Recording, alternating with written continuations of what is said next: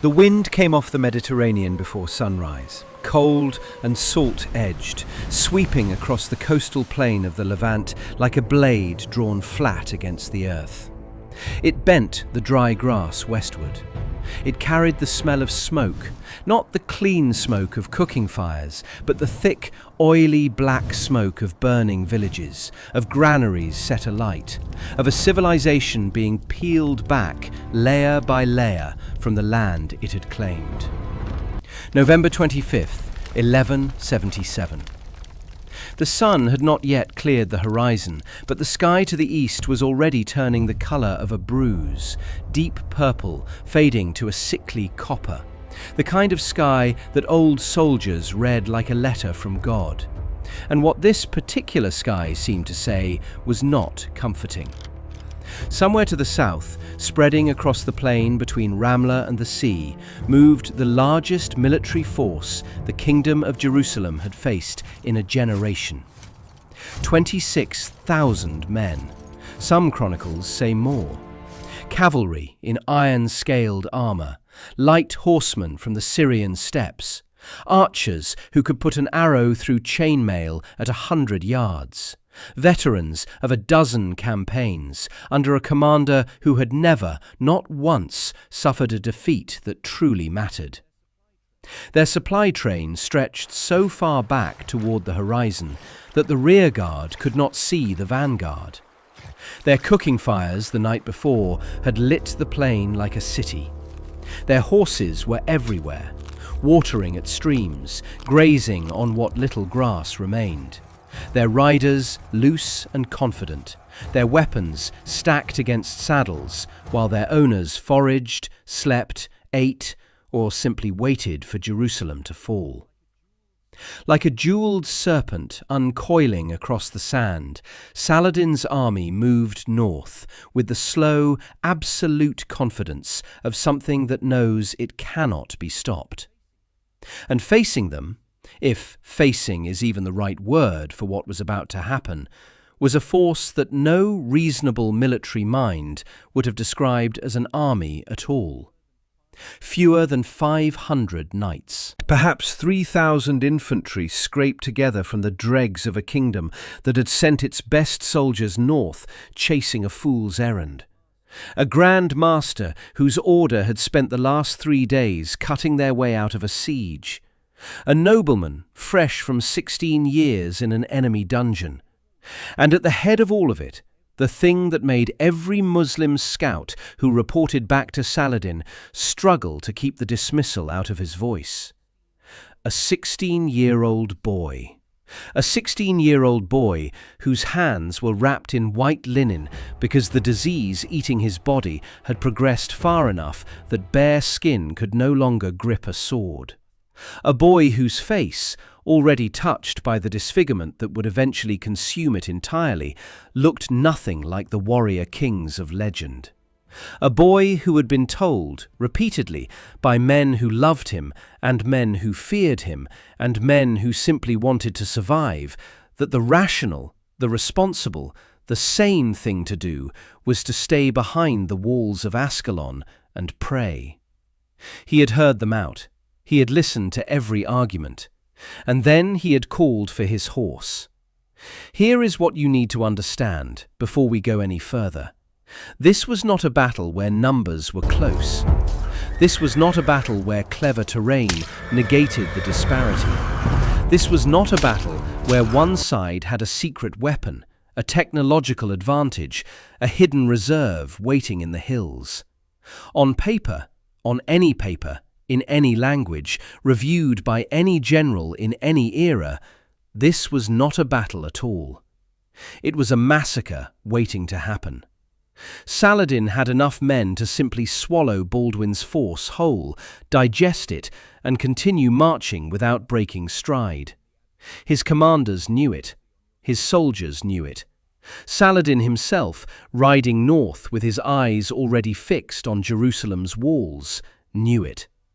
But paper does not fight. Numbers do not fight. And sometimes, not often, not predictably, not in any way that makes the universe feel fair, or rational, or safe. Sometimes the thing that fights is the thing that simply refuses to accept what the numbers say. What happened at Montgisard on the feast day of St. Catherine, in the year of our Lord 1177, did not just change the fate of a single battle. It cracked the aura of invincibility that had been building around the most dangerous military mind in the medieval Islamic world. It bought a dying kingdom 10 more years of breath. It demonstrated, in the most violent possible terms, that the distance between annihilation and triumph can sometimes be measured in nothing more than the will of one person to act when everyone else has already decided to surrender. This battle changed what the word impossible meant for everyone who was there to see it. To understand why Montgisard was so shocking, you have to understand just how thoroughly the Kingdom of Jerusalem had arranged itself for disaster in the months leading up to it. The kingdom in 1177 was a strange, fragile thing. A strip of coastline and hinterland carved out of the Levant by the First Crusade nearly 80 years earlier, sustained since then by a combination of religious fervour, military discipline, and the kind of desperate pragmatism that tends to develop in people who are permanently outnumbered and surrounded. At its greatest extent, it stretched from Beirut in the north to the edge of the Sinai in the south, with Jerusalem at its spiritual and political heart. A city sacred to 3 faiths and coveted with an intensity that made ordinary political ambition look modest by comparison. But the geography that gave the kingdom its spiritual significance also made it strategically nightmarish. It had coastline to the west and enemies on every other side. The Ayyubid Sultanate to the south in Egypt, the same Sultanate's Syrian territories to the north and east, and smaller but dangerous powers filling in the gaps between. For the kingdom to survive, it needed 2 things simultaneously: unity among its own feudal lords, and a reliable check on Saladin's ability to coordinate his Egyptian and Syrian forces into a single overwhelming thrust. In 1177, it had neither. Saladin had come to power in a way that was simultaneously brilliant and terrifying. After the death of Nur ad-Din in 1174, the great Syrian strongman who had previously united the Muslim Near East against the Crusaders, Saladin had moved with extraordinary speed to fill the vacuum. He was nominally a vassal, technically a steward. In practice, he was a man who understood that power does not wait to be offered, it must be taken. And he had taken it with such skill and such apparent modesty that his rivals had scarcely noticed they were being absorbed until it was too late. By 1177, he controlled Egypt, had consolidated his grip on Syria, and was beginning to look at the Kingdom of Jerusalem with the patient, calculating attention of a man who has done everything else on his list and has arrived at last at the main event. Meanwhile, the kingdom had done something almost incomprehensibly self-destructive. Philip of Alsace, Count of Flanders, had arrived in the Holy Land in 1177 with a substantial army, reinforcements from Europe, the kind of fresh troops that the kingdom desperately needed. There had been plans, real and serious plans, for a joint offensive with the Byzantine Empire against Egypt itself. A coordinated naval and land campaign that might, if executed well, strike Saladin at his base and reshape the entire strategic situation in the Levant. It was bold, it was possible, it might have worked. Philip wasn't interested. He had his own agenda, political manoeuvring around the question of who would marry Baldwin's sister Sibylla, dynastic games that mattered enormously to the Count of Flanders, and almost not at all to the survival of the kingdom. So he took his army north. He took the Knights Hospitaller with him. He took most of the Templar Knights who were available. He pulled the cream of Jerusalem's military north, toward Harim, toward a siege that accomplished nothing, burning through men and resources that were needed elsewhere, while Saladin watched from Cairo and began to make different calculations. Because when the scouts brought Saladin the report, the Frankish army is in Syria, Jerusalem is stripped of its defenders, the Leper King is practically alone, he did not waste time celebrating. He acted. By November 18th, his army was moving north out of Egypt, crossing the Sinai on established caravan routes that bypassed the coastal fortifications, and entering the Kingdom of Jerusalem's southern border near Darum and Gaza. He bypassed Darum, skirmished around Gaza, and pushed into the undefended plains with the easy confidence of a man walking into a house whose owner has left the door unlocked and the valuables on the table. Now, Saladin. You have heard of him. Everyone has heard of him. But here is the version of Saladin that matters for this story. Not the romantic figure of later legend, not the chivalric Muslim knight of Western imagination, but the specific military professional who stood on the Egyptian border in November 1177 and made a sequence of decisions that would haunt him for a decade. He was, at this point, a commander of genuine genius, patient where others were impulsive, disciplined where others were greedy. He had defeated enemies across 3 countries and never, not once, walked into a trap that he hadn't set himself. He had a specific gift for reading the vulnerability of an opponent and moving on it before the opponent could recover. He was, in almost every measurable way, the most dangerous man in the medieval Near East. And he was, on this particular November morning, absolutely certain he had nothing to worry about. He had heard about the boy king. Of course he had. Everyone had heard about Baldwin IV of Jerusalem, the leper, the teenager, the tragic figure ruling a kingdom in decline from inside a body that was literally being destroyed beneath him. Saladin's intelligence was good. He knew about the disease, knew about the progressive paralysis, knew about the political chaos surrounding the succession question. And so when his scouts reported that Baldwin had ridden to Ascalon with fewer than 400 knights, Ascalon, the coastal fortress, where he was now effectively blockaded by the detachment Saladin had left to contain him, Saladin had made the decision that would define his career. He kept marching. He left an inadequate force to pin Baldwin down, and he turned his eyes north, toward the city that was the reason for everything, the city whose towers he could almost imagine he could see from the right hilltop on a clear day. Jerusalem was, he believed, essentially undefended. And he was right. He was almost completely right. Except for the boy on the horse in Ascalon, who was being told for the 3rd or 4th time that week that he could not possibly do what he was about to do. Baldwin IV had been diagnosed with leprosy when he was 9 years old by his tutor William of Tyre, who noticed during a childhood game that the boy couldn't feel pain in his right hand. Leprosy in the 12th century was not merely a disease, it was a sentence, social, spiritual, physical. Lepers were legally dead in some jurisdictions. They were required to carry bells to warn others of their presence. They were supposed to retreat from the world and wait for the world to forget them. Baldwin had been given a throne instead, which solved the forgetting problem, but not the dying one. By 1177, his right hand was functionally useless. His face was beginning to show the progressive disfigurement that would eventually render him unrecognizable.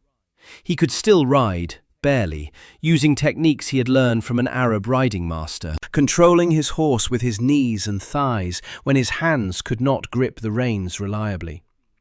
He should have been in a sickbed. He should have been preparing his soul for what was coming. He should have been doing anything other than what he was doing. What he was doing was reading the same reports Saladin was reading, but drawing exactly the opposite conclusion. Because while Saladin saw a helpless boy in a fortress, Baldwin saw something else. He saw an army stretched out over 40 miles of open plain. He saw supply lines spread thin. He saw horses that hadn't rested since Egypt. He saw soldiers who had been given permission to forage freely because their commander was sure no one would stop them. He saw a force that was, right now, at this specific moment, more vulnerable than it would ever be again.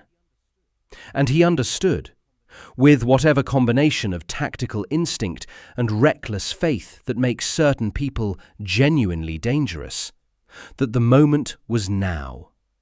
Not tomorrow, not when reinforcements arrived, not after he felt better or rested or received some sign from heaven. Now. But even for Baldwin, it was not simple.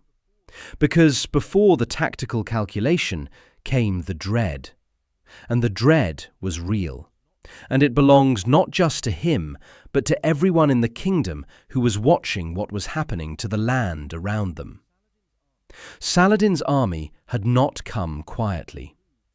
As it moved north through the coastal plain, it exercised the customary prerogatives of medieval warfare in enemy territory, which is to say, it burned, and it killed, and it took. Villages that had stood for generations went to ash in an afternoon. Olive groves that had been planted by grandfathers were cut to the root. Families who had tilled the same fields since before most of the army's soldiers had been born were given a single terrible choice: flee or be taken. Those who were taken didn't come back. They went south in chains toward the slave markets of Egypt, and the screaming that marked their passage echoed across the plain long after the army that caused it had moved on. The smoke from burning farmsteads stood against the sky in columns so numerous and so close together that from a distance they merged into a single black horizon, as though the earth itself had caught fire somewhere to the south, and the fire was moving north. In Jerusalem, the bells were ringing, not in celebration. In the city, women were moving their children into the lowest rooms of stone buildings. Priests were preparing the most sacred relics for concealment or flight. The patriarch was on his knees. Every person who could do arithmetic had already done it, had counted the men Baldwin had and the men Saladin had, and had reached the same conclusion. There was no version of this where the numbers worked out. There was no scenario in which 400 knights and a scatter of infantry stopped 26,000 veterans. The math was simply not there. And in the absence of math, people in Jerusalem in November 1177 were doing what people do when the math runs out. They were praying and waiting and trying not to think about what happened to cities when their walls came down. This was the world. This was the situation. This was the moment when a teenager with bandaged hands and a disease that was eating his face looked at the detachment blockading Ascalon, found the gap in their line, and gave the order to move. The land between Ascalon and Montgesard is not dramatic country. It does not announce itself. There are no towering cliffs, no narrow mountain passes, no single choke point where a small force can funnel a large one into a kill zone and count on the ground to do half the work. It is flat coastal plain, the kind of terrain that ancient armies crossed and modern roads follow. Wide open, with the sea to the west and low rolling hills to the east, and in between a broad expanse of sandy earth, broken by occasional ridges, dry riverbeds, and the kind of scattered high ground that medieval commanders looked at the way chess players look at centre squares. Not decisive in themselves, but worth holding if you can. The mound known as Al-Safiya, Tel es-Safi in Arabic, white and chalky, rising perhaps 30 feet above the surrounding plain, was exactly this kind of feature. Not a fortress, not a naturally defensible position in any strong sense, but high enough to see from, and high enough to anchor a flank. And in the flat coastal plain of the Levant, those 30 feet were worth thinking about. Baldwin's advisors had thought about them. The men around Baldwin in those final days before the battle, Reynald de Châtillon, Baldwin of Ibelin, his brother Balia, were not fools.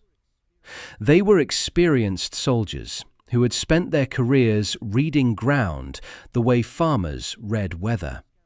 And when the scouts brought back their reports about Saladin's dispositions, these men laid out what they saw with the clear-eyed brutality of people who cannot afford to be wrong. Saladin's baggage train was south of the main force. Parts of the army were still scattered across a radius of several miles. The cavalry, the Mamluk Ghulams, who formed Saladin's most dangerous striking arm, had been on the road from Egypt for weeks, and the horses were not in fighting condition. There was no coherent defensive perimeter, because no one had thought one was necessary. And if Baldwin moved now, moved fast, moved before any of that changed, if he came at the Ayyubid force from an unexpected direction while it was still dispersed and digesting its own confidence, then the open flat ground that should have favoured the larger force might, for one brief morning, favour the smaller one instead. Flat ground means room to charge. Room to charge means the Frankish heavy cavalry can do what it was built to do. And in the short, violent, decisive collision that heavy cavalry is designed to create, numbers matter less than they do in any other kind of fight. It was not a guaranteed plan, it was not even a good plan by conventional standards. It was the only plan available, and everyone around that map knew it. The force that Baldwin assembled for this gamble was small, specialised, and in some respects extraordinary. The core of it, the thing that gave the whole enterprise whatever military credibility it had, was the Knights Templar. Odo de Saint-Amand, the Grand Master, had arrived from Gaza with 80 of his knights, having cut through or around the Ayyubid forces that had been blockading that fortress in a fighting withdrawal that must have been brutal and exhausting, and that no one seems to have recorded in adequate detail. 80 men. But they were Templar knights, which meant they were something quite specific. Professional warrior monks who had spent their adult lives in nothing but training and fighting, who operated under a military rule that emphasized absolute cohesion and obedience in combat, who charged in close formation at precisely the moment they were ordered to, and did not break that formation for any reason short of total destruction. They did not hesitate. They did not negotiate. They did not weigh personal survival against the mathematics of the charge. When the Grand Master gave the order, they went, and they went together, and the thing they created when they struck an unprepared enemy formation was something close to unstoppable. Behind the Templars came Baldwin's secular knights, the feudal cavalry of the kingdom. Fewer than 400 men, including the 60 or so who had ridden with Baldwin from Jerusalem. Among them were men whose names the chronicles preserved, and men whose names were not important enough to record. Reynald de Châtillon was here, And if the Templars were the weapon's edge, Reynald was its fury. 16 years in an Ayyubid prison in Aleppo had not mellowed him. If anything, captivity had distilled him down to something pure and extremely dangerous. A man with no remaining patience for politics, no remaining tolerance for calculation, and an accumulated debt of rage that had been accruing interest for a decade and a half. He was officially Baldwin's second in command, the effective commander of the feudal forces, the man who would translate the king's orders into the actual physics of battle. He was also, even by the standards of the 12th century Levant, someone the word ruthless was inadequate to describe. Baldwin of Ibelin was here, and his brother Balia, steadier men than Reynald, experienced and respected, the kind of lords whose presence in a force told the men around them that this was a serious undertaking, rather than a desperate improvisation. Reginald Grenier was here. Jocelyn III of Edessa was here. And commanding the few remaining available knights of the kingdom were men who had, in many cases, been woken in the night by the arrière-ban and told to ride immediately with whatever they could grab. The arrière-ban itself was Baldwin's act of institutional desperation and tactical genius combined. It was a royal proclamation, a general call to arms, obligating every able-bodied Christian man in the kingdom to report to the royal standard immediately. Not soldiers, not trained knights, farmers, craftsmen, merchants, grooms, stable hands, the men who fixed saddles and shoed horses and carried grain.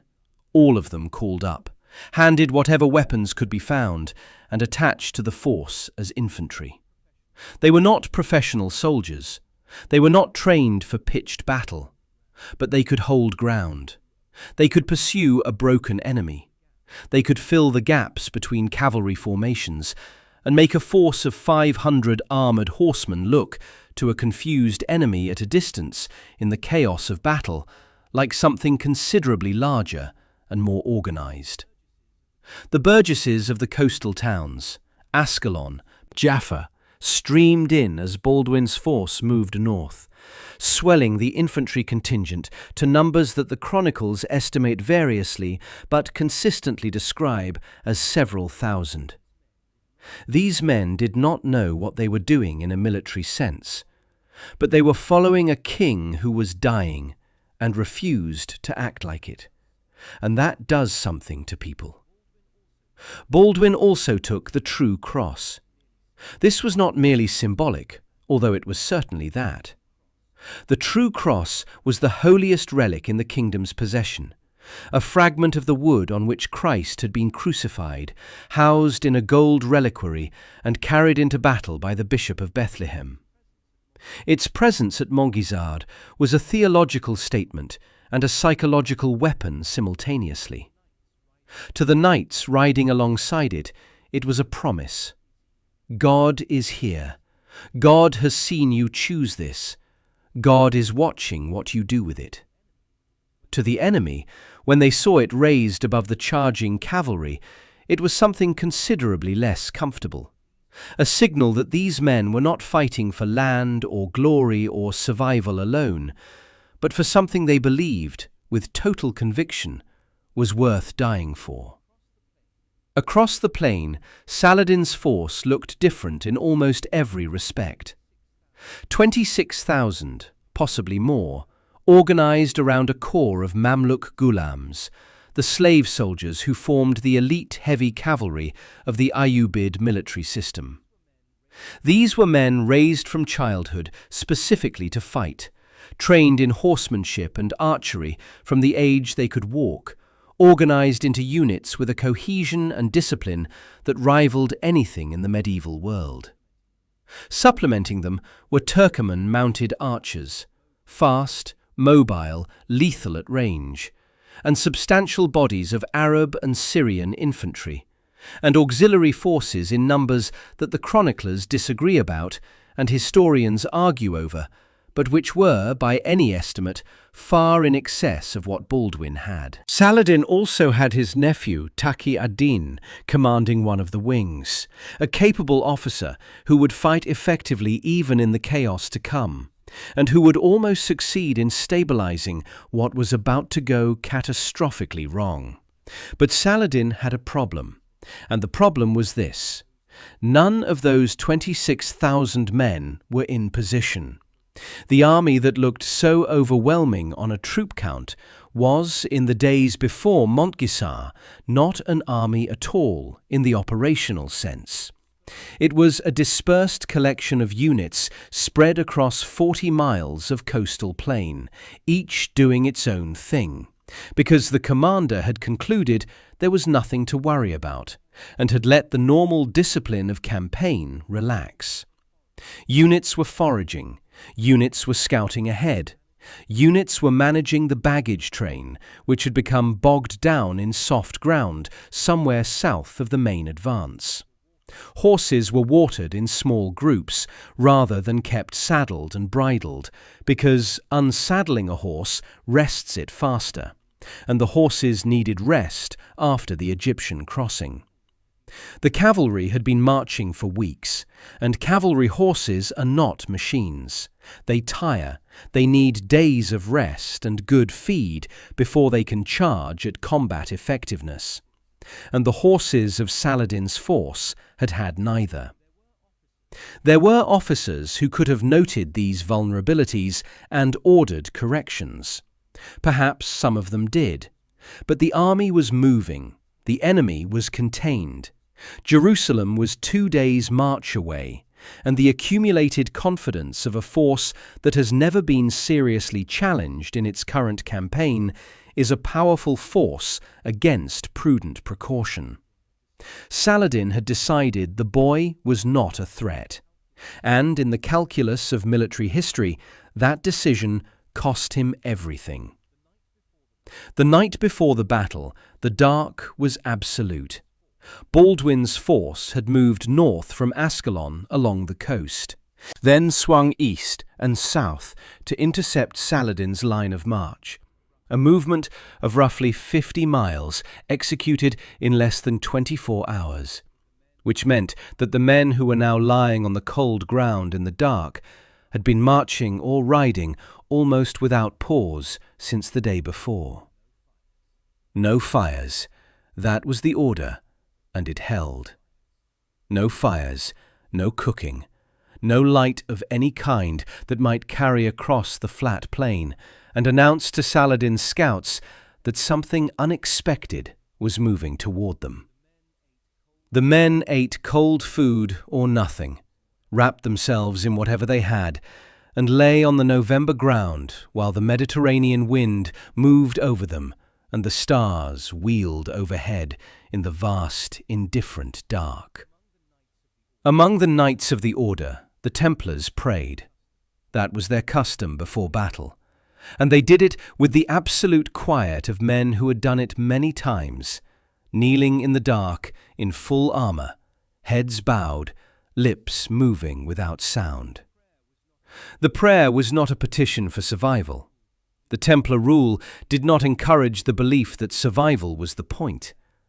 The prayer was a consignment, the deliberate act of placing themselves and their deaths, if death was what God required, into a framework larger than either. They had chosen this.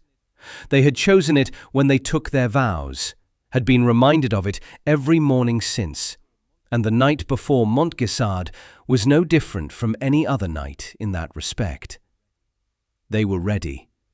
They were always ready. It was, in its strange way, restful. Not everyone in the camp had the Templars' austere relationship with dying. Farther back in the dark, where the infantry lay in a long, irregular mass of tired bodies and borrowed weapons, a man was checking and rechecking the buckle on a leather strap. He was, or had been until recently, a blacksmith from Ramla, a man whose professional relationship with iron was entirely commercial. who had shod horses, and repaired tools, and made hinges and nails, and had never in his life pointed a weapon at another human being with intent. The sword he was carrying had been given to him by a neighbour who had been given it by someone else. He didn't know if it was sharp enough. He didn't know what to do if he got separated from the men around him. He didn't know most things that a soldier is supposed to know. What he knew was that his city was gone. He had watched the smoke rise from its direction 2 days ago, and his family was somewhere to the north, and the army that had done those things was sleeping on the ground somewhere ahead of him in the dark, close enough that if the wind shifted, he thought he might be able to smell their fires. Reynaud de Chatillon did not sleep. He sat with his back against a stone and his sword across his knees and his eyes open. And if anyone had thought to ask him what he was thinking, he might not have had an answer they could use. 16 years is a long time to carry something. It changes the shape of it without making it lighter. And Baldwin. Baldwin lay on his back on the cold ground, because lying down was what his body required, the white linen wrappings on his hands pale in the starlight, staring up at the sky with eyes that were still clear and still sharp and still seeing everything they were supposed to see. The disease had taken a great deal from him already. It had taken the full use of his hands.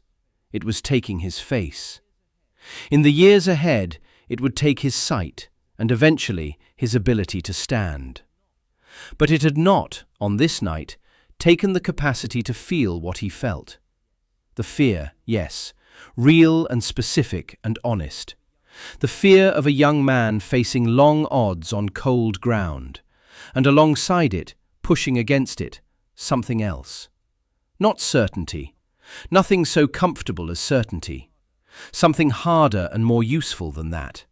The absolute conviction that not trying was worse than trying and failing. That the version of himself who stayed in Ascalon and waited to be relieved was not a version he could live inside.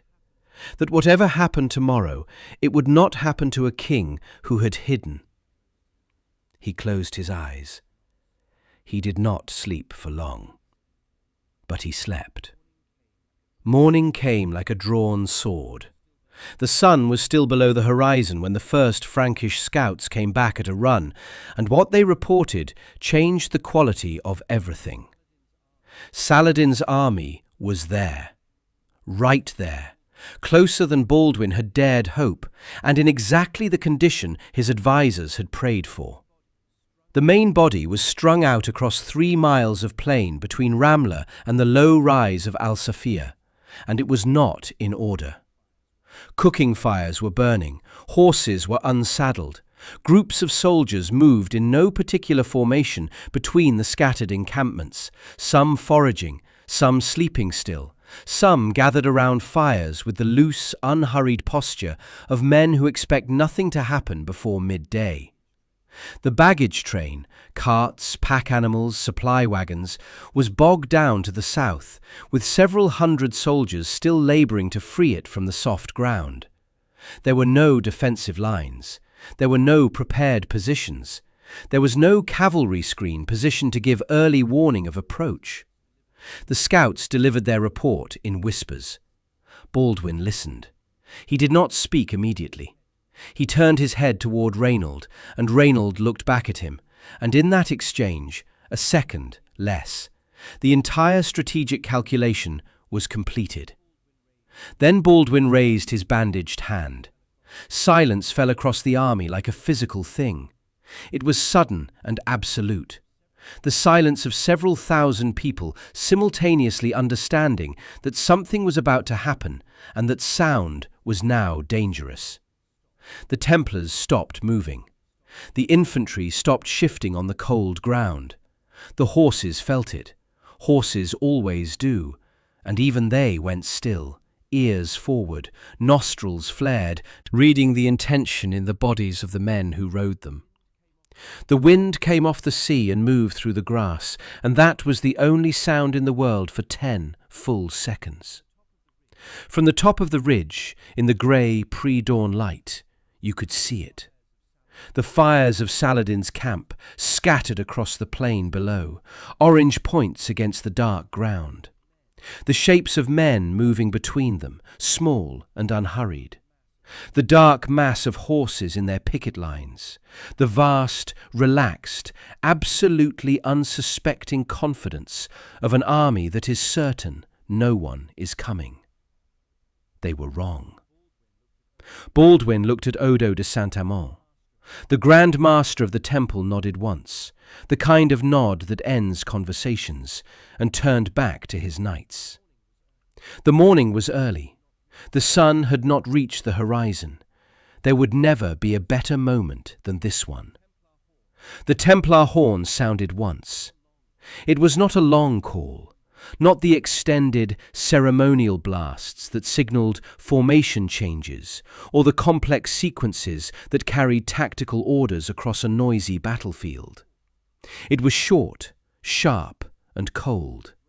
A single breath of sound that cut through the morning air and said one thing only: now.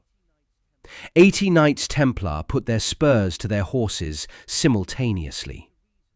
There is a reason that the charge of heavy cavalry in the medieval period was something that experienced soldiers feared in a way that went beyond ordinary military calculation. It was not simply the weight of horse and man in armour, although that was substantial, a war horse in full barding carrying an armoured knight representing somewhere between 1,200 and 1,500 pounds of moving iron. It was not simply the speed, although the speed was real, a heavy warhorse at the gallop, covering ground at 30 miles an hour, which, in the pre-dawn dark on flat ground, meant that the distance between the ridge and the sleeping encampments below disappeared in less time than it takes to register what you're seeing. It was the combination. It was the sound. The thunder of hooves that started as a distant rumble and became, in the span of seconds, a physical vibration in the chest of every man who heard it. A sound you didn't hear so much as feel in your sternum and your teeth and the backs of your hands. It was the sight of it, the wall of horses and steel coming out of the dark at speed.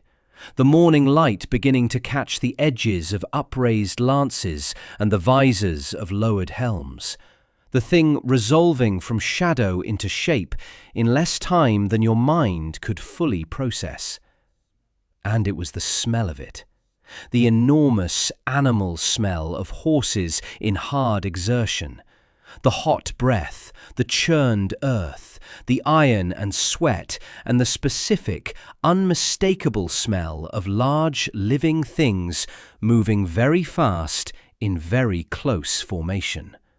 A smell that worked on some ancient, pre-rational part of the brain that knew, before conscious thought could form, that something enormous and dangerous was right there. The soldiers in the Ayyubid camp heard it before they saw it. A man sitting by a fire with a cup of something warm in his hands turned his head at the sound, frowning, not understanding yet. A groom who had been cinching a saddle buckle stopped, his hands frozen. A soldier who had been asleep sat upright, wide-eyed, trying to interpret what was vibrating through the ground beneath his bedroll. And then the shapes resolved out of the pre-dawn dark. The first rank of Templar horses crossing the last 100 yards at full gallop, lances lowered, the knights behind their shields, the whole formation moving with the frightening cohesion of a thing that has trained for this moment every day for years. And the understanding arrived in the Ayyubid camp, not as a single thought, but as a wave, spreading outward from the point of first recognition in a radius of screaming. There was no organized defense. There could not have been. The time between the first horn and the first impact was perhaps 40 seconds. In 40 seconds, you can stand up. You can grab your sword. You cannot form a line. You cannot get your horse saddled. You cannot do anything that turns scattered individuals back into a fighting unit. The men in the path of the Templar charge did the only thing available to them. They tried to get out of the way. But they were not all in the path, and Saladin was not a man who stayed panicked for long. Alarms were spreading outward through the camp in concentric circles. Shouting, the crash of overturned equipment, horses screaming as they caught the urgency of the men around them. Officers were on their feet. Saladin himself, accounts vary on exactly where he was when the attack began, but they agree that he reacted quickly, was issuing orders within the first minutes, trying to pull coherence out of chaos. His nephew, Taqi ad-Din, began organizing the left wing, rallying the cavalry units that hadn't been hit in the initial impact, pulling them into some kind of formation on the flank of the Templar penetration. The Mamluk heavy cavalry, the real professional core of the force, began moving toward the sound of combat, slowly, because their horses were stiff and their equipment was not ready, but moving. The time was perhaps half an hour after first light. Montgisard was becoming a battle. Saladin formed his force as fast as any commander in the medieval world could have managed it. A centre, 2 wings. The classic arrangement, designed to absorb the initial shock and then envelop the attacker on both sides. Taqi ad-Din was on the left, fighting effectively, already beginning to push against the flank of the Templar advance. The right wing was slower to consolidate, units still arriving from their scattered positions, horses still being brought up. But it was forming, and in another 10 minutes it would be capable of meaningful action. But 10 minutes was time Baldwin did not intend to give him. The secular cavalry had followed the Templars in a second wave. Baldwin's knights, Reynald's knights, the men of Ibelin and the other lords, hundreds of armoured horsemen pouring down from the ridge in the wake of the Templar penetration, widening the breach, engaging the units that were trying to regroup on the flanks of the initial charge.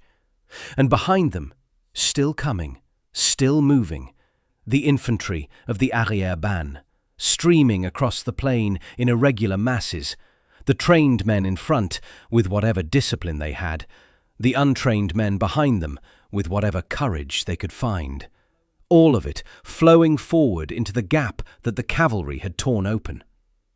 The battle had become a grinding, expanding chaos across 3 miles of flat ground. In the centre, where the Templars had first struck, the fighting was close and brutal. Cavalry milling against cavalry, men fighting from horseback with swords when lances had shattered or been dropped. The occasional man dragged down from his horse and killed on the ground by infantry who had caught up to the press. The smell of blood and horse sweat and churned earth was everywhere. The sound was overwhelming. Metal against metal, screaming horses, screaming men, the bark of orders in Arabic and French and Latin, the deep rhythmic impact of massed horses hitting each other, a wall of noise so total that men shouted into each other's faces at arm's length and still could barely make out words. On the Ayyubid left wing, Taqi ad-Din was holding. His cavalry was better organized than anyone else in Saladin's force at this point, and he was fighting with the focused competence of a man who is trained for exactly this kind of crisis. But holding was not the same as winning, and the pressure against him, Baldwin's secular cavalry pressing from the front while the Templars drove deep into the centre, was constant and increasing. And then there was the matter of the man who rode to the middle of it. There are moments in battles, rare moments, moments that experienced soldiers who survive them talk about for the rest of their lives. When something happens that isn't tactical, something that operates below strategy, below calculation, below the rational machinery of military decision-making. Something that goes straight to the part of human beings that is old and irrational, and responds not to orders, but to symbol. Baldwin IV rode into the centre of the battle. He had been moving with his knights, directing, watching, coordinating, doing what commanders do in the middle ground between the planning table and the killing floor. And then, at some point, accounts are imprecise about exactly when, but agree that it happened, he pushed forward. Through the press, toward the thickest part of the fighting, his horse moving through men on foot and men on horseback and the terrible debris of a collapsing battle line. His bandaged hands managing his reins with the Arab technique his riding master had given him. His face set, his body somehow upright and present and unambiguous on the back of that horse. He was not a ghost of himself. He was not dying. He was not suffering. Or if he was suffering, it was behind his eyes and invisible. What the men around him saw was a king. Young, yes. Sick, yes. Plainly human, yes. But present and moving and choosing the centre of the worst place to be. That is the thing that cannot be manufactured and cannot be faked. The choice. Everyone on that battlefield knew who Baldwin IV was, what he was facing, what his body was doing to him. And he had chosen this, and he was here. And the Tang Za was above him, gold in the morning light. The sound that came from the Frankish line was not a cheer in the conventional sense. It was something more involuntary than that. A roar that came from the chest rather than the throat, from something below conscious decision. The sound of men who have just been shown a reason that is larger than their fear. They surged forward, not as a plan, not as an ordered advance, as a release. A wave of energy that had been held in by cold ground and dark hours and too many reasons to doubt, and was now released all at once. Saladin's centre, which had been wavering, broke. It did not break slowly. It did not peel back in the orderly fashion of a retreat that preserves unit integrity and allows reorganization at a safe distance. It broke the way a dam breaks, all at once, catastrophically, the collapse spreading faster than any order could chase it. Units that had been fighting with reasonable discipline dissolved in minutes as the men next to them ran. Soldiers who had never considered breaking suddenly found that everyone around them was running, and the calculation that kept a man fighting, I am not alone, I am part of something, the formation will hold, simply ceased to apply. The baggage train to the south, which had been mired in soft ground and represented both the supplies and the confidence of the entire expedition, was suddenly accessible to Frankish cavalry. The screaming that had started in the camp 2 hours ago had never really stopped, but now it changed register. Less the alarm of surprise, more the pure animal sound of a force that has stopped believing in itself. Saladin knew it was over before the order could reach his commanders. He had seen battles turn before, but he had been on the winning side of those turns. He had never been here, on this side of this particular moment, watching 26,000 men come apart around him, while a force a fraction of their size pushed through the gap, with the terrible momentum of something that has been given every reason in the world to fail and has decided not to. He did not stay to watch it finish. Saladin escaped on a racing camel.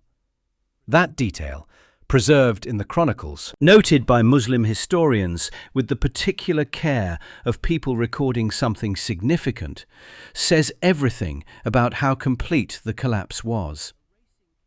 A racing camel is not a commander's mount. It is not dignified. It is fast and ugly, and it makes no concessions to the prestige of the man on its back. And the fact that Saladin was on one rather than a horse tells you that there was no time for anything else. The alternative to the racing camel was capture or death, and his bodyguard fought with controlled desperation, not to win, but to extract their commander from a situation that winning was no longer part of. He went south, he went fast, he did not look back, or if he did, what he saw was not something that offered any comfort. Because what was behind him was the remnant of an army that had been, an hour before, the most dangerous military force in the Near East, now dissolving into the flat ground of the coastal plain in every direction available. Taqi ad-Din's left wing held longest. His cavalry fought with genuine discipline, covering the withdrawal of what units they could reach, taking losses but not breaking. The kind of fighting retreat that requires both skill and nerve in roughly equal measure. Ahmed, his son, died in this fighting. The detail was recorded by the chroniclers as a measure of how serious the combat was at that point. Not a rout, not a massacre, but a real battle, fought by real soldiers, trying to hold something together while everything around them failed. They held it together long enough to matter, and not long enough to change the outcome. The pursuit was brutal in the way that medieval pursuits were always brutal, which is to say, relentlessly and without mercy. Because the rules of medieval warfare did not require mercy toward a broken enemy in flight, and the men doing the chasing had spent too long being afraid of this army to extend any. Baldwin's cavalry spread out across the plain, running down individual riders and small groups, covering ground that the accounts describe as 12 miles from the battle site. The plain behind the retreating Ayyubids was marked by the things that armies drop when they stop being armies and become individuals trying to survive. Weapons, armour, equipment, the supplies from the baggage train that was now in Frankish hands. Banners that had flown over the pride of Saladin's expedition, now lying in the churned November mud. Ahmad's body was found here, somewhere in the field south of Al-Safia. The jurist Dia ad-Din Isa, a scholar who had apparently been accompanying the army, was captured, his presence suggesting both how confident Saladin had been about this being a routine campaign and how completely unroutine it had become. The Frankish infantry, the arrière-ban-men, the blacksmith from Ramla and the hundreds like him, filled the ground that the cavalry had abandoned in pursuit. They moved through the debris of the collapsed Ayyubid force. Some of them had never been in a battle before today. Some of them would never be in a battle again. What they found on the plain of Montgizar was something that most of them had not allowed themselves to imagine when they marched out of their towns and villages 2 days before. They had won. The army that had burned their farms was running south as fast as it could move. The fields ahead of them, stripped, scarred, smelling of smoke and trampled grain, were no longer under threat. The thing that had seemed like the end of the world, the dark horizon of smoke that had filled the sky for a week, was retreating. By the time the sun had crossed its zenith and begun its descent toward the sea, the plain of Montgizar was quiet. The fighting was over. The pursuing cavalry was still out there somewhere to the south, but here, on the ground where the battle had been, there was nothing left to fight. The wind came back. The grass moved. The Mediterranean light fell flat and clean across the churned earth and the scattered debris of the engagement. And in the silence after the noise, in the pause after the impossible thing had actually happened, men who had been swinging swords an hour ago stood still and tried to understand what they had just done. What they had done was this. With fewer than 500 knights and a few thousand untrained infantry, a dying 16-year-old king had broken an army of 26,000 men, scattered it across 40 miles of coastal plain, and sent its commander, the most feared military figure in the Islamic world, riding south on a camel in humiliation toward a Cairo that did not yet know what had happened to its invincible sultan. The numbers, when they were eventually counted and recorded, were staggering. Saladin reached Cairo on December 8th, 13 days after the battle. He had left with an army estimated at 26,000. He arrived with approximately 1/10 of that number. The rest were dead, captured, or scattered into the desert in ones and twos, men who had simply kept running south and either made it back to Egypt weeks later in ones and twos, or didn't make it back at all. The mathematics of the casualty count tell the story more brutally than any narrative. This was not a defeat. It was not a reverse. It was an annihilation. The destruction of a major expeditionary force in a single afternoon by an enemy that had no business destroying it. Roger de Moulin, Grand Master of the Knights Hospitaller, was not present at Mongisard. He was in the north with Philip of Alsace's useless expedition, but he received the reports afterward and compiled figures that survive. 1,100 Frankish dead, 750 wounded. Those numbers are significant. They are the losses of a force that was heavily engaged, not the peripheral casualties of a one-sided slaughter from a position of safety. Baldwin's army had been in the fight, had been hurt by it, had paid a real price, which makes the outcome not a lucky accident, but a genuine military victory achieved through sustained, costly combat. The specific fates of the commanders were a study in the strange arithmetic of medieval warfare.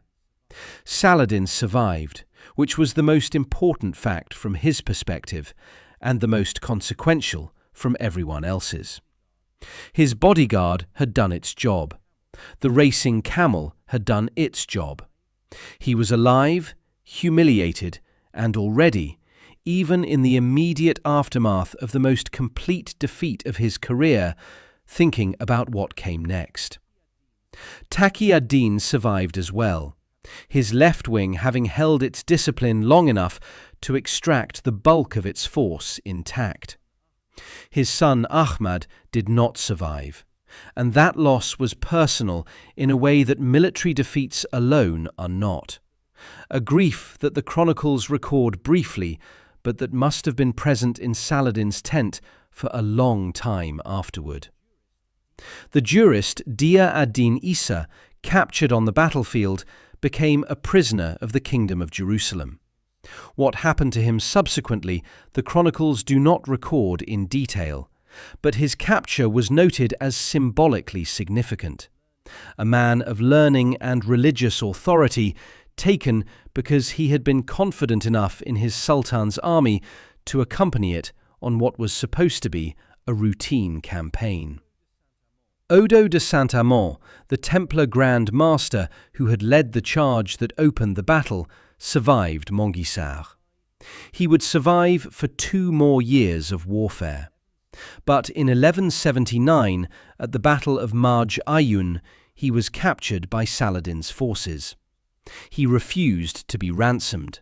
The Templar rule forbade it, holding that no ransom should be paid for a captured knight, and died in an Ayyubid prison, the kind of ending that fit the hard edges of the life he had lived. Reynald de Chatillon rode back from the pursuit with the same expression he had carried into it. Not triumph exactly, but something darker and more personal. A settling of accounts that could never be fully settled. He would remain one of the most volatile and dangerous figures in the kingdom's politics for the next decade. a man whose hatred of Saladin was so pure and so specific that it shaped the strategic landscape around him. His story would end at the Battle of Hattin in 1187, when Saladin, having finally achieved what Montgisard had denied him, personally executed him. But that was 10 years away, and on this November evening, Reynald de Chatillon was alive, and the enemy was running. Baldwin IV was carried back toward his lines when the fighting was done. The precise physical condition he was in by the end of the battle has been recorded only vaguely.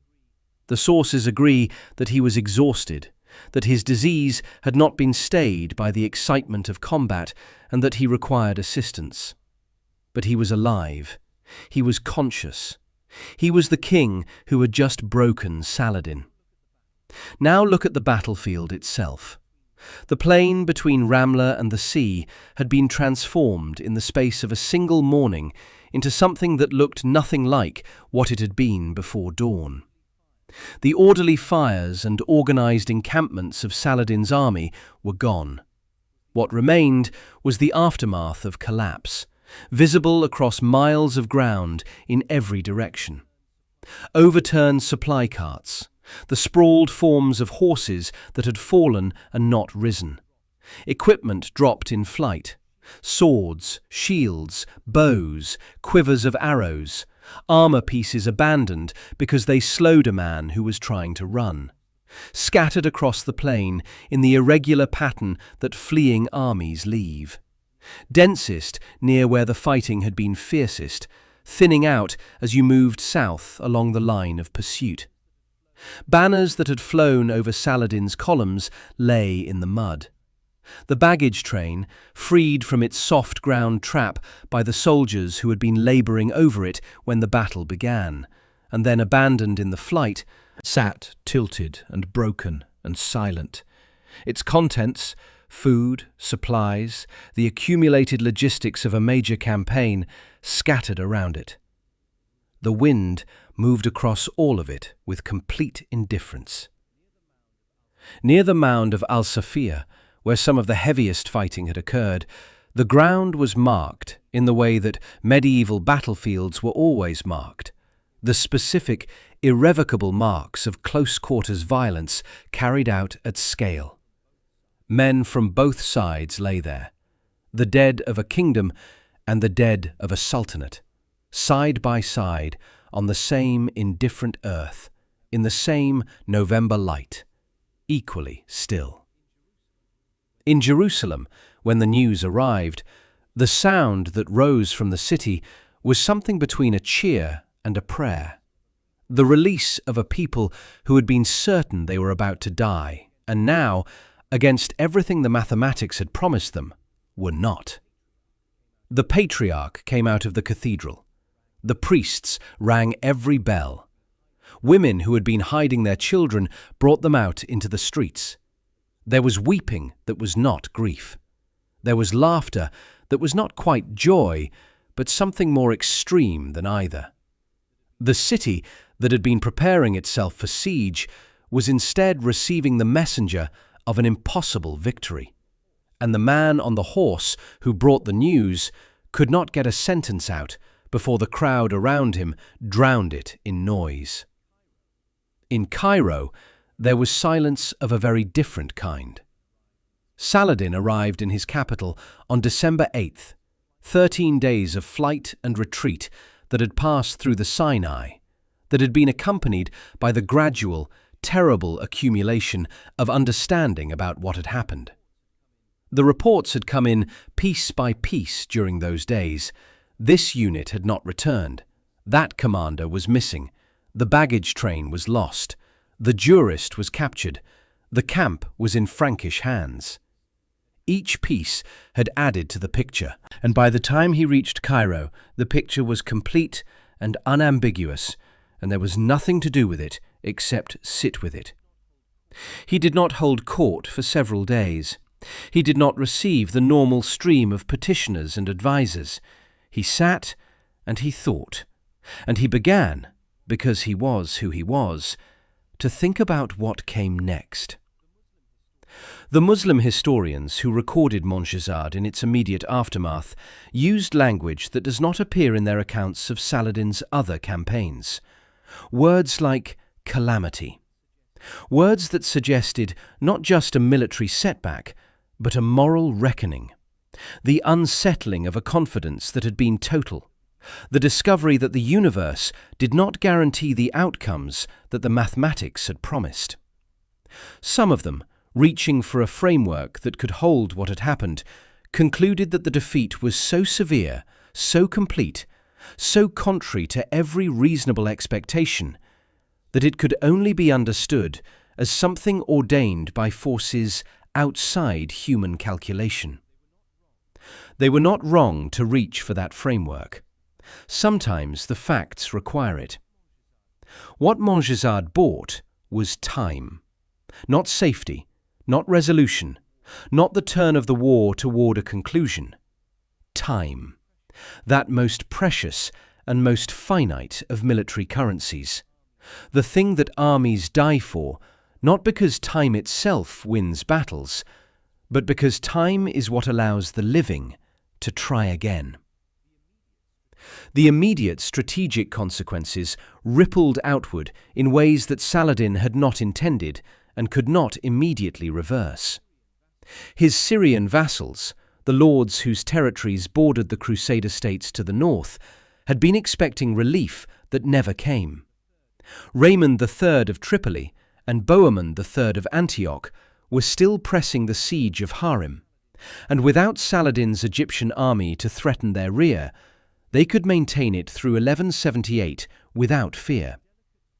The delicate balancing act that Saladin had been performing, holding his Egyptian and Syrian holdings together against both Crusader pressure and internal dissent, was made significantly harder by the sudden subtraction of 26,000 men and the credibility that had been attached to them. He had lost not just soldiers, he had lost the assumption of invincibility. And that assumption, once lost, is never fully recovered, because the people whose cooperation you need have seen it fail, and will file that information away in the back of their minds forever. Baldwin IV took his victory and built something with it. Not more victories. The kingdom was too exhausted for another offensive, and his body was entering the more advanced stages of its deterioration. He built a monastery. On the field of Montgisard, on the anniversary of the battle that fell on the feast day of St. Catherine of Alexandria, he established a Benedictine house dedicated to her memory. It was a small thing in material terms, but it was a permanent thing. Stone on the ground where the battle had been. A physical insistence that what happened here would not be forgotten. That the ground itself was marked and consecrated and different from what it had been before. It stood for decades. It was Baldwin's way of signing his name to the day. Saladin learned. This is the thing about genuine intelligence in a commander. It accepts information that is painful, processes it accurately, and changes behavior accordingly. He had made 3 specific mistakes at Montgisard. He had allowed his army to disperse. He had underestimated his opponent, and he had moved with speed and confidence without the discipline to maintain his force in fighting condition during that movement. He would not make those mistakes again. The Saladin who met the Crusader army at the Battle of Hattin in 1187 was a different commander from the one who rode north from Egypt in November 1177. Not in his fundamental character, but in his operational method. At Hattin, he chose his ground with obsessive care. He cut the Frankish army off from water. He used patience as a weapon, letting the desert do work that swords would not have to. He won a victory so complete and so systematic that it made Montgisard look like what it was, a lesson that an exceptional student had learned and applied. 10 years later, with devastating effect. But 10 years is 10 years. The kingdom of Jerusalem that fell at Hattin in 1187 was not the same as the one that would have fallen at Jerusalem in 1177. The decade that Montgisard purchased was not nothing. It contained lives. It contained the reign of a king, flawed, diminished, progressively destroyed by his own body, who governed his kingdom with a competence and a care that none of his successors could match. Baldwin IV ruled from a cot when he could no longer ride. He ruled blind in the final years, directing military operations and political negotiations through others, when his body had taken everything except his mind. The man who had ridden into the centre of the battle at Montgisard with bandaged hands died in 1185, at 24, having never stopped being a king for a single day of the disease that consumed him. He did not leave an heir. He had always known he would not. He left something harder to quantify and more durable than that. A demonstration enacted in blood and sweat on a flat coastal plain in November that the circumstances into which you are born do not determine the choices you make inside them. This is the thing about Montgisard that does not appear in the casualty counts or the campaign maps or the strategic analyses. The numbers tell you what happened. They do not tell you what it meant. And what it meant, what it has continued to mean, to every person who has encountered the story in the 9 centuries since it occurred, is something that resists the tidy categories of military history.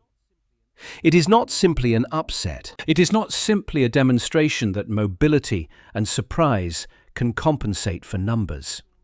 It is the story of a person who had been given, by his own body, by the political circumstances of his kingdom, by the mathematical reality of the forces arrayed against him, every conceivable reason to accept the verdict that had already been written, and who had looked at that verdict and decided to contest it.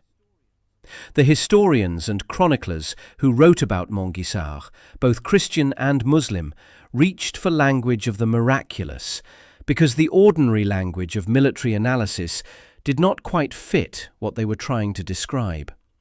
But the miracle, if there was one, was not supernatural. It was entirely human.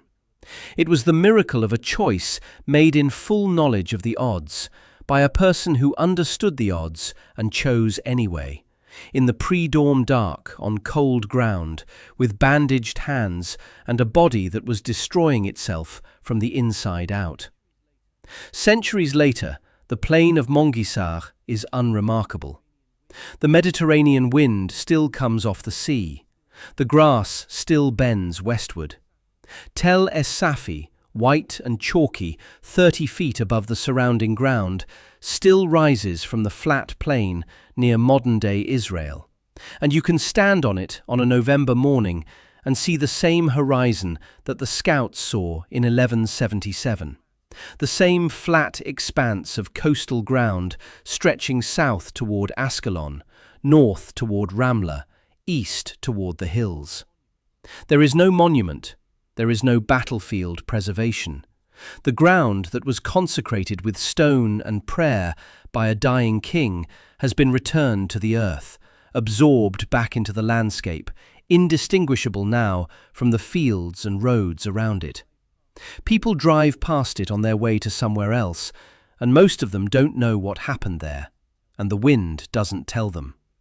But the story remains. It remains because it is the kind of story that human beings need. Not for comfort exactly, and not for easy lessons about courage and faith and the triumph of the righteous. Because history does not deal in those lessons reliably, and Montgisard certainly does not. It remains because it is true, because it happened. Because on a specific morning in a specific November, on a specific piece of flat ground by the sea, a boy who was dying made a decision that changed what happened next, and the world, however briefly, however contingently, however much the long arc of the war would eventually bend back toward Saladin, was different because of it. The Benedictine monastery is gone. The baggage train has been dust for 800 years. The lances are splinters, the armour is rust, the horses are long since returned to earth. Saladin's racing camel has been forgotten by history along with its name. Ahmad, Taqi ad-Din's son, has no grave that anyone can visit. The blacksmith from Ramla, whose name no one thought to write down, is somewhere in the ground of the coastal plain, unmarked and unremarkable, part of the land he thought he was defending.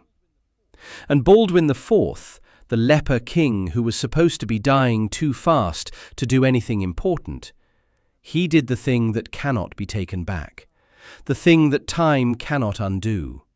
He rode out, he found the moment, he struck. A boy in the last years of his life, and he chose to spend them this way.